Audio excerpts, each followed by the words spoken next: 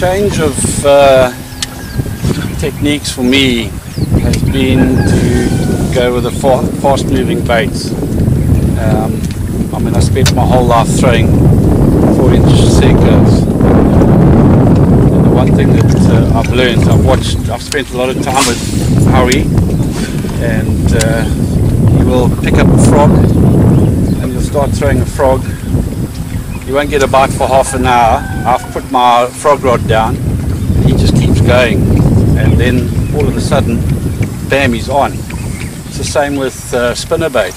You know, I've always thought the spinnerbait's a crazy bait. I mean, what animal wants to eat that?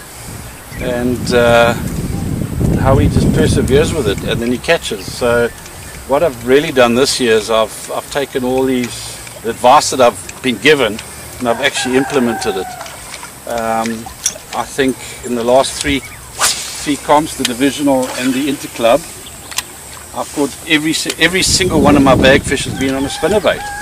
I mean, if you'd said to me a year ago, you know, you'd catch your fish on spinnerbait, I would have thought you'd lost your mind.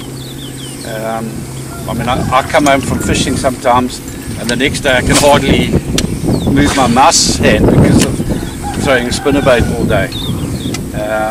But I've done well with, I've also learned to fish cranks, swim baits, anything that's, and of course I still throw my plastics, but not half as much as I used to.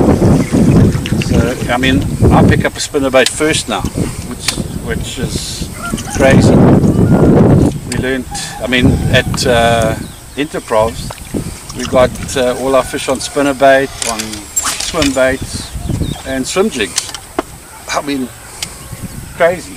And that's completely different to the way I used to fish.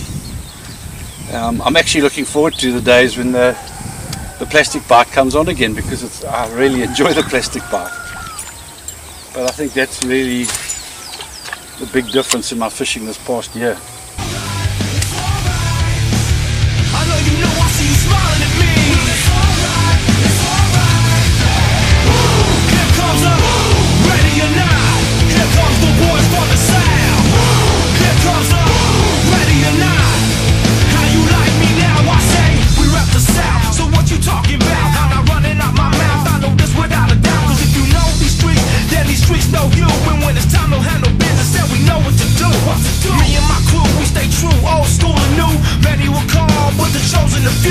We ride